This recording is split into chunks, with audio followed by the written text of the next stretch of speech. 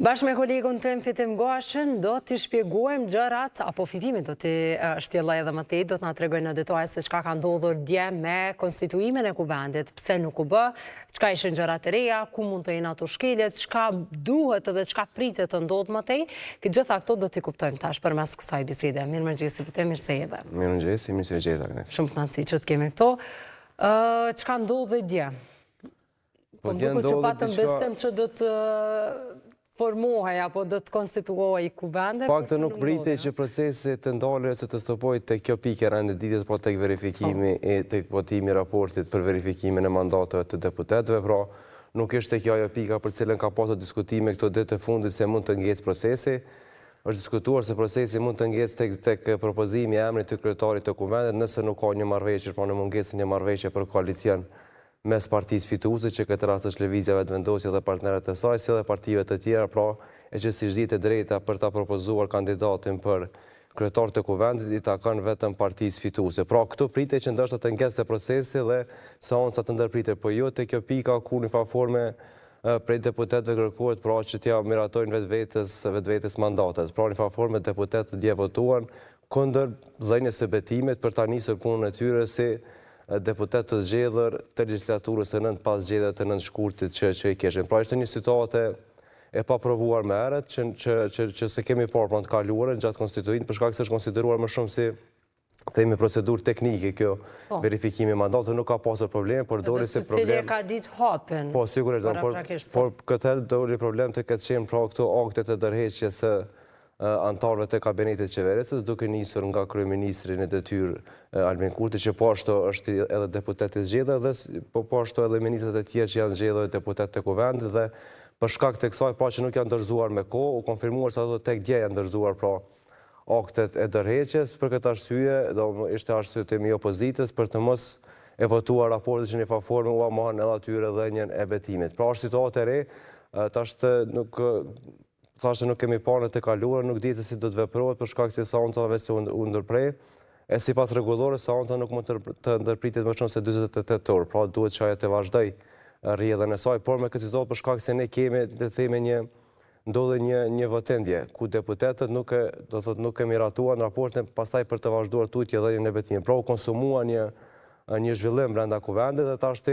ka paqartësi dhe interpretime të ndryshme se si duhet të vijohet seanca, a duhet të vazhdohet që prapë të mblidhet ky komisioni që tashmë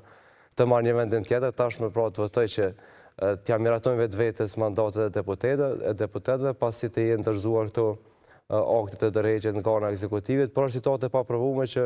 megjithatë ndoshta do të kërkohet interpretim prej dikujt tjetër. Dje u kërkueste, u tha se do të dërgohet një shkresë zyrtare presidentit Osmani, por në këtë fazë presidenti veçse ka luajtur rolin e saj, po ka qenë thirrja e seancës konstituive dhe tashmë i takon deputetëve që ata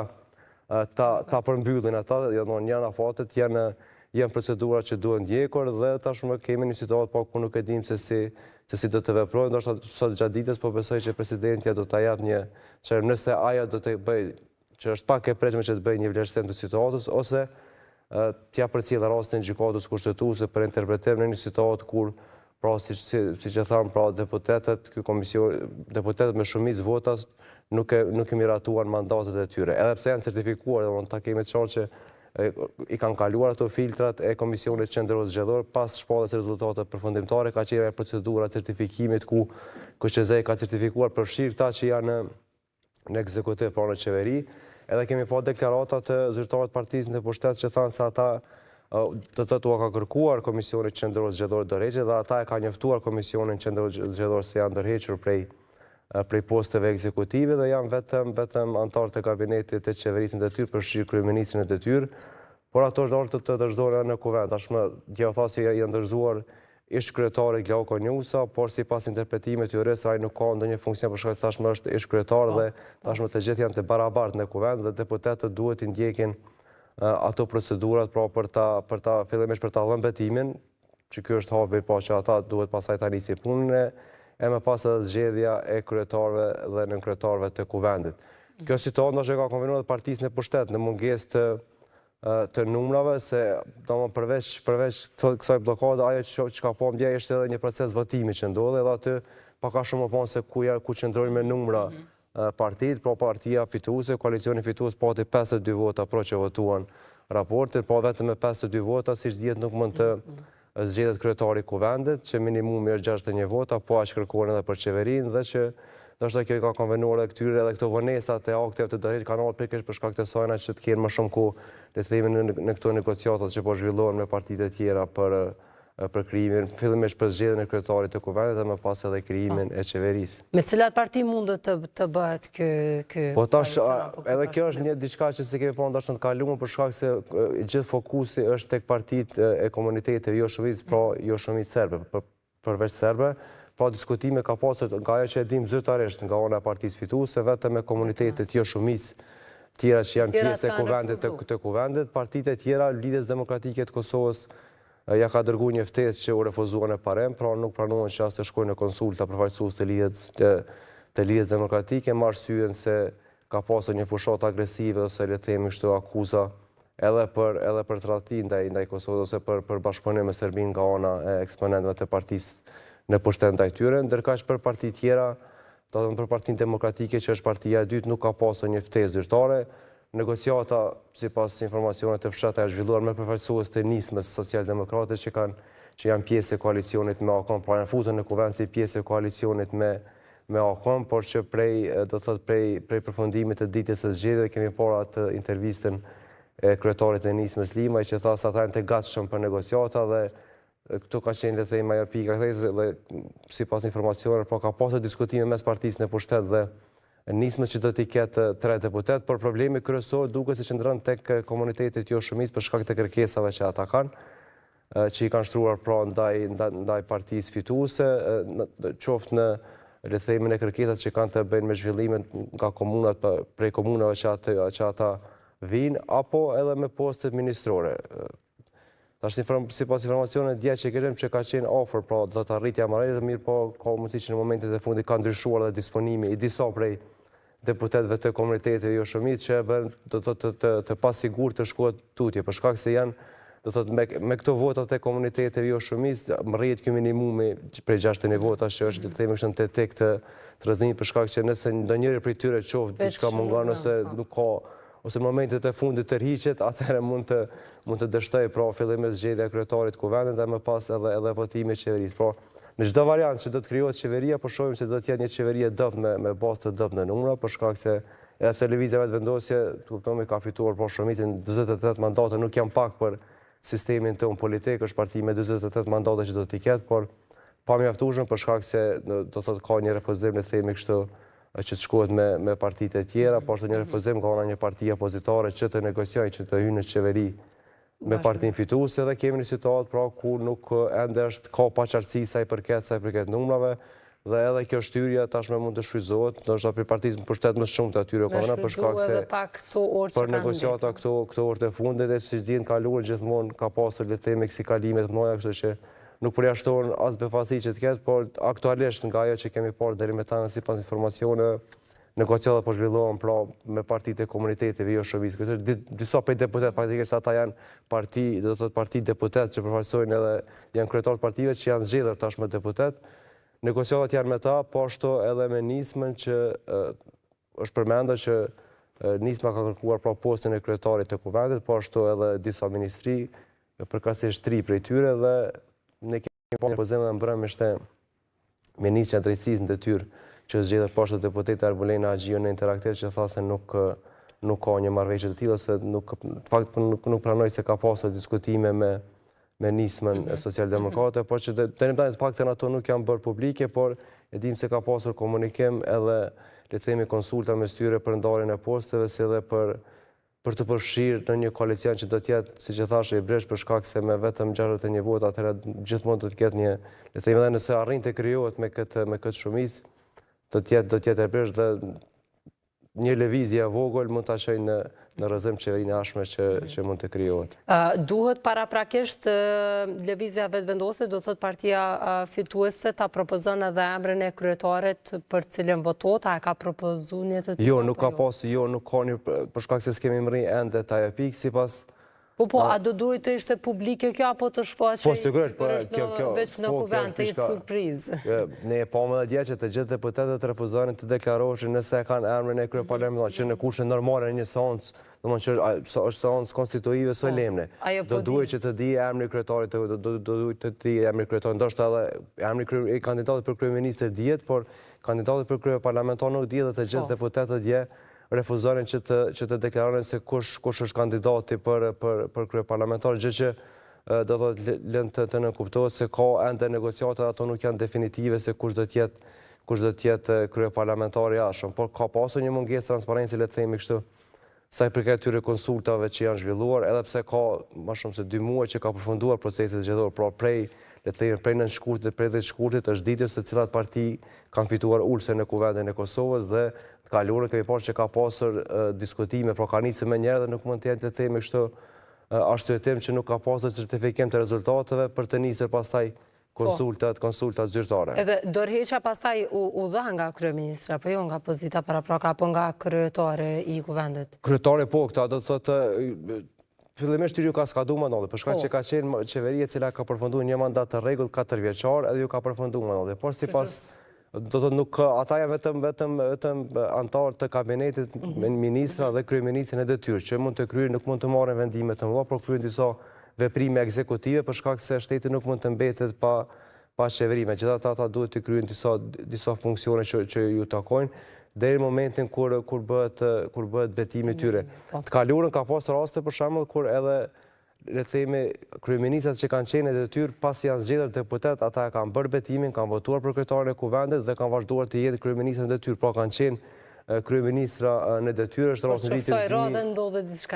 2014 për shembull ka qenë ish kryeministër Hashim Thaçi, pastaj në vitin 2017-18 ish kryeministër Ramush Haradinaj që kanë qenë kryeministra në dorëheqje, por ata janë zgjedhur sërish deputet, kanë bërë betimin dhe kanë vazhduar të kryejnë funksionet e tyre. Tash arsyetimi për të rikthyer tek seanca dje është se nëse këta do ta votojnë në raportin e Komisionit për verifikimin e mandateve, atëherë mund ta konsumoni, le të themi, një shkelje kushtetuese që më vonë do të mund të përdorej nëse partia në pushtet nuk arrin që ta bëjë qeverinë dhe bën opozita që t'ja kontestojë këto mandate për shkak të mos finalizimit të këtyre procedurave. Por mendoj që kryesori është që ende nuk janë gati, por nuk ka partia në pushtet ende si ka numrat, por as opozita. Të filloj seanca tjetër, tash brenda 48 orëve nëse do duhet të ndodhte, kur pritet sot nesër. Rregulloria përcakton që duhet seanca nuk mund të ndërpritet më shumë se 2 ditë, që praktikisht i vjen që ajo të vazhdojë nesër, pra të jetë vazhdimi i seancës, për shkak se ashtu e përcakton rregulloria, pra nuk ka një afat se kur ajo duhet të përmbyllet, rregulloria tregon vetëm se kur duhet të vazhdojë,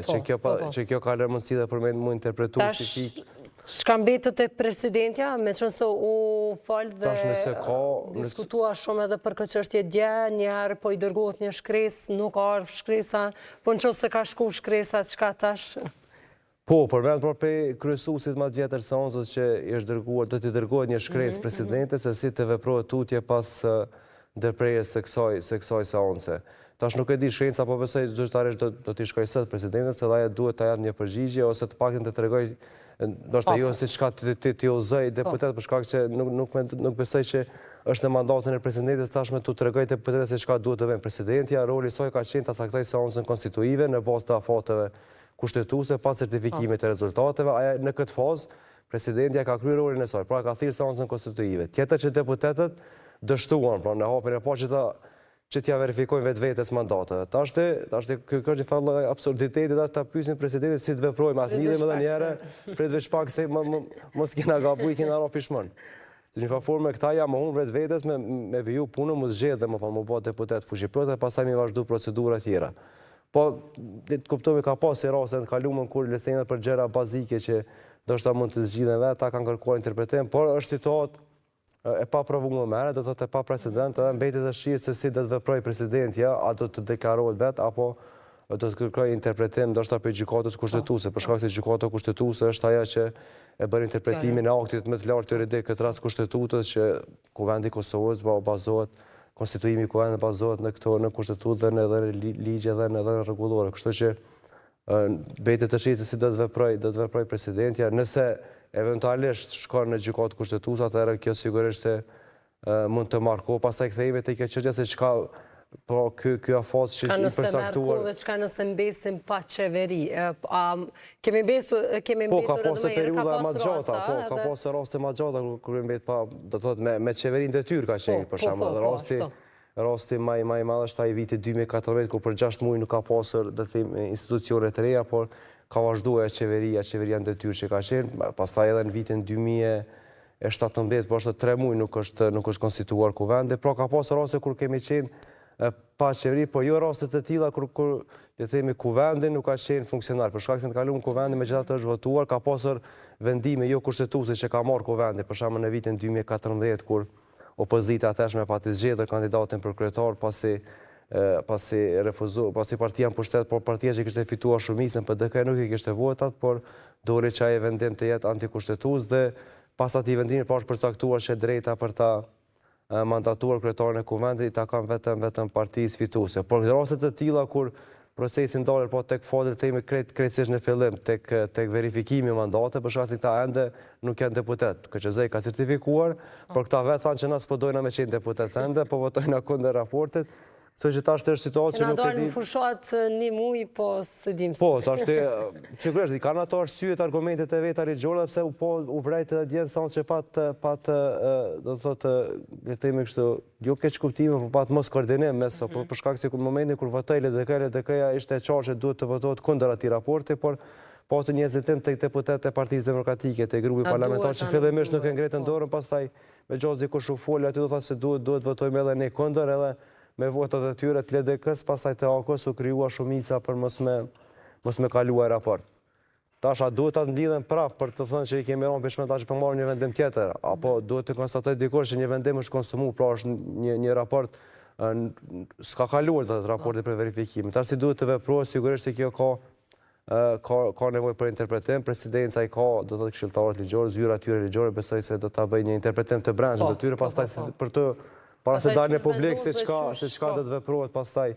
sa i përket kësaj situate, me që do të ketë një kërkesë zyrtare pra prej kuvendit. Dhe rendi ditës, djetë çka ka para po, a është ditë përveç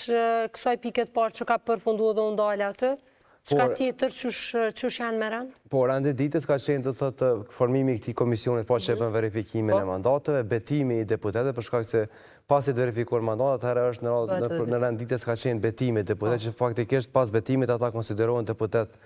të zgjedhur dhe pas betimit ka qenë në rend të ditës sipas agjendës zgjedhja e kryetarit dhe nënkryetarëve të kuvendit. Pra, me përmbushjen e këtyre pikave, kuvendi i Kosovës konsiderohet i konstituar dhe pastaj nisin të rrjedhin këto afatet e tjera ligjore për krimin e qeverisë, që ka më shumë qartësi sa i përket afateve. Lëvizja vetëvendosja ka pritë që edhe dje, apo disa herë ka deklaruar që edhe mund të formohet edhe qeveria dhe nga dita e djeshme, por që nuk do dhe kaluam në pikën e parë dhe ndalëm asë. Po, ka pas deklarata pjanës tyre që ne do të ta kansurim që të zgjedhim rreth ditës, edhe kryetarin e kuvendit, ta votojnë edhe qeverinë, gjë që është e mundur, nëse do të kenë numër dhe për shkak se nëse zgjedh kryetari i kuvendit nën kryetarët, pastaj gjatë ditës presidenti mund ta thrasë në konsulta dhe mund ta mandatoj sipas atij gjykimi hera parë ta kanë pra partisë fituese, kandidatit këtë rast Albin Kurti, dhe nëse nuk mrinë herën e parë, pastaj përcaktohet që këtë mund ta bëjnë edhe partitë e tjera nëse veç nuk i kanë votat. Po. Atër ka mbet me u pas se çka do të ndodhe dhe sot, po ashtu në qofse do të ketë një njoftim nga presidenca, po ashtu edhe nesër në qofse do të mbahet një seancë tjetër dhe do të diskutohen edhe pikat të tjera, apo edhe do të mund të konstituohet kuvendi. Krejt këto ju mundeni pastaj me i kuptu edhe në emisionet të veçanta siç kanë qenë speciale dhe ditës së djeshme ku e kemi ndjekur vazhdimisht, po ashtu edhe në portalin koha.net. Fitem faleminderit shumë për krejt këto informata, shumë kënaqësi që të patëm në studio, edhe besoj që shikuesit njoftohen pastaj edhe me ju përsëri. Faleminderit shumë. Ne tani do të kalojmë tek